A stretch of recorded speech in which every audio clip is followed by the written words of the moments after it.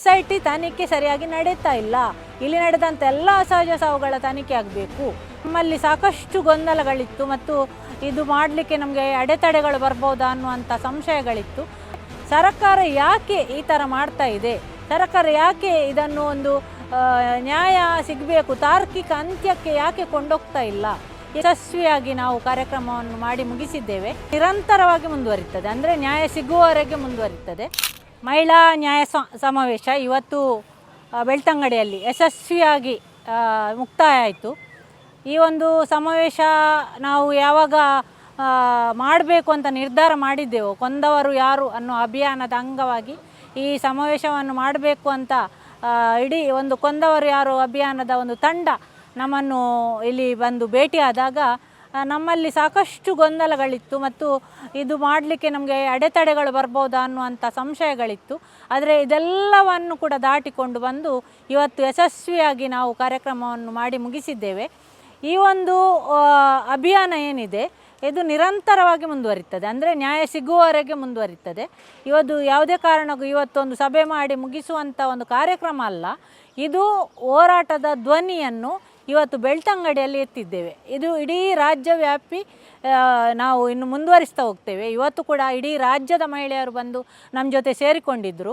ಅವರ ಒಂದು ಏನು ನೋವಿದೆ, ಅವರ ಏನು ನ್ಯಾಯದ ತುಡಿತ ಇದೆ, ಅದೆಲ್ಲವನ್ನು ಇವತ್ತು ಇಲ್ಲಿ ಸಾಮಾನ್ಯ ಜನರು ಬಂದು ಸೇರಿಕೊಂಡು ಮಾಡಿದ್ದಾರೆ. ಅಂದರೆ ಮಹಿಳೆಯರೇ ಬಂದು ಸೇರಿಕೊಂಡು, ಇದರಲ್ಲಿ ದುಡಿಯುವ ವರ್ಗ ಕೂಡ ಇದೆ, ಎಲ್ಲ ವರ್ಗದ ಜನರು, ವೈದ್ಯರಿರ್ಬೋದು, ಅಡ್ವೊಕೇಟ್ಸ್ಗಳಿರ್ಬೋದು, ಲೇಖಕಿಯರಿರ್ಬೋದು, ಚಿಂತಕಿಯರಿರ್ಬೋದು, ಗೃಹಿಣಿಯರು, ಮನೆಯಲ್ಲಿ ಇರುವಂಥ ಗೃಹಿಣಿಯರಿರ್ಬೋದು, ಎಲ್ಲರೂ ಸೇರಿಕೊಂಡು ಮಾಡಿದಂಥ ಒಂದು ಇವತ್ತಿನ ಒಂದು ಕಾರ್ಯಕ್ರಮ.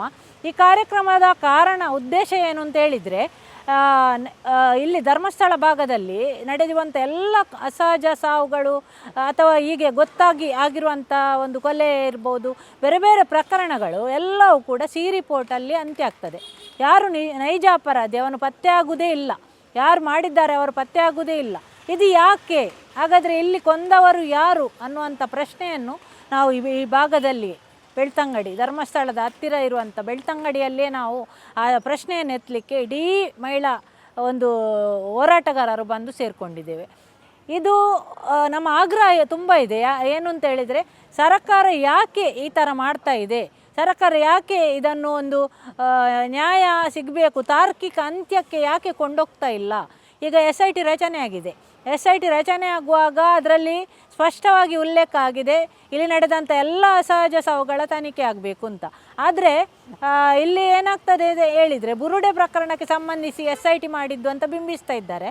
ಮತ್ತು ಅದರ ಸುತ್ತವೇ ತಿರುಗಾಡಿ ಇದು ಏನಿಲ್ಲ, ಇಲ್ಲಿ ಏನೂ ನಡೆದಿಲ್ಲ ಅಂತ ಒಂದು ರೀತಿಯಲ್ಲಿ ಬಿಂಬಿಸಲಿಕ್ಕೆ ಮೀಡಿಯಾ ಟ್ರಯಲ್ ಮಾಡಿಕೊಂಡು ಎಲ್ಲವೂ ಮುಗಿದೇ ಹೋಯಿತು, ಅಪರಾಧಿಗಳು ಯಾರಿಲ್ಲ ಅಂತ ಕ್ಲೀನ್ ಚಿಟ್ ಕೊಡಲಿಕ್ಕೆ ಹೊರಟಿದ್ದಾರೆ.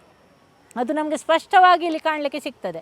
ಅದಕ್ಕೆ ನಮ್ಮದು ಈಗ ಏನು ಅಂತ ಹೇಳಿದರೆ ಆಗ್ರಹ, ಇಲ್ಲ SIT ತನಿಖೆ ಸರಿಯಾಗಿ ನಡೀತಾ ಇಲ್ಲ, ಇಲ್ಲಿ ನಡೆದಂಥ ಎಲ್ಲ ಅಸಹಜ ಸಾವುಗಳ ತನಿಖೆ ಆಗಬೇಕು, ಅದನ್ನು ಬುರುಡೆ ಪ್ರಕರಣಕ್ಕೆ ಸೀಮಿತ ಮಾಡಬಾರ್ದು. ಮಹಿಳಾ ಆಯೋಗದ ಅಧ್ಯಕ್ಷೆ ಕೂಡ ಅದನ್ನು ಉಲ್ಲೇಖ ಮಾಡಿದ್ದಾರೆ, ಅಲ್ಲಿ ನಡೆದಂಥ ಎಲ್ಲ ಅಸಹಜ ಸಾವುಗಳ ತನಿಖೆ ಆಗಬೇಕು ಅಂತ. ಹಾಗಾಗಿ ಅದನ್ನು ಮಾಡಬೇಕು. ಅದಕ್ಕೆ ಸರ್ಕಾರ ಕೂಡ SITಗೆ ಹೇಳಬೇಕು ಈ ಥರ ಮಾಡಿ ಅಂತ. ಯಾವುದೇ ಒತ್ತಡಕ್ಕೆ ಮಣಿಬಾರ್ದು, ಯಾವುದೇ ಆಮಿಷಕ್ಕೆ ಮಣಿಬಾರ್ದು. ಅಲ್ಲಿ ಯಾರಾದರೂ ಅಂಥ ಒಂದು ಆಮಿಷಕ್ಕೆ ಒಳಗಾಗುವವರ ಒತ್ತಡಕ್ಕೆ ಒಳಗಾಗುವಂಥ ಅಧಿಕಾರಿಗಳಿದ್ದರೆ ಅವರನ್ನು ಈ ಕೂಡಲೇ ಬದಲಾವಣೆ ಮಾಡಬೇಕು. SITಯನ್ನು ಒಂದು ಒಳ್ಳೆಯ ರೀತಿಯಲ್ಲಿ ಮತ್ತು ಭಯಮುಕ್ತ ವಾತಾವರಣ SIT ಒಳಗೆ ಸೃಷ್ಟಿ ಮಾಡಿ ಎಲ್ಲರೂ ಹೋಗಿ ಅಲ್ಲಿ ದೂರು ಕೊಡುವಂಥ, ಸಾಕ್ಷಿ ಹೇಳುವಂಥ ವಾತಾವರಣವನ್ನು ಕಲ್ಪಿಸಬೇಕು ಅನ್ನೋದು ನಮ್ಮ ಆಗ್ರಹ. ಸರ್ಕಾರ ಕೂಡ ಅದಕ್ಕೆ ಸ್ಪಂದಿಸಬೇಕು, ಯಾವುದೇ ಹಸ್ತಕ್ಷೇಪ ಮಾಡಬಾರ್ದು, SITಯನ್ನು ಒಳ್ಳೆಯ ರೀತಿಯಲ್ಲಿ ಕೆಲಸ ಮಾಡಲಿಕ್ಕೆ ಸರ್ಕಾರ ಬಿಡಬೇಕು ಅನ್ನೋದು ನಮ್ಮ ಆಗ್ರಹ. ಅದಕ್ಕೋಸ್ಕರ ನಾವೆಲ್ಲರೂ ಇವತ್ತು ಆಗ್ರಹ ಮಾಡಿ ತಹಸೀಲ್ದಾರ್ ಮುಖಾಂತರ ಸರ್ಕಾರಕ್ಕೆ, ಮುಖ್ಯಮಂತ್ರಿಗಳಿಗೆ ಮತ್ತು ಮಹಿಳಾ ಆಯೋಗಕ್ಕೆ ಕೂಡ ನಾವು ಅದನ್ನು ನಮ್ಮ ಏನು ಆಗ್ರಹ ಪತ್ರ ಇದೆ ಅದನ್ನು ತಲುಪಿಸಿದ್ದೇವೆ. ಇವತ್ತು ತಹಸೀಲ್ದಾರರೇ ಬಂದು ಅದನ್ನು ನಮ್ಮ ಕೈಯಿಂದ ಸ್ವೀಕಾರ ಮಾಡಿದ್ದಾರೆ.